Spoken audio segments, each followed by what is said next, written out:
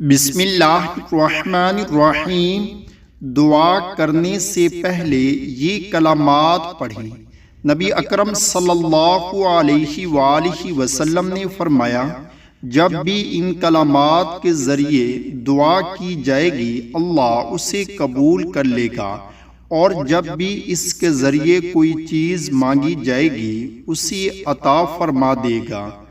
اللہم لا الہ الا انت المنان بدیع السماوات والارض ذا الجلال والاکرام۔ اے اللہ، تیرے علاوہ کوئی معبود نہیں، تو بہت ہی احسان کرنے والا، آسمانوں اور زمین کو پیدا کرنے والا ہے، اے جلال اور اکرام والے۔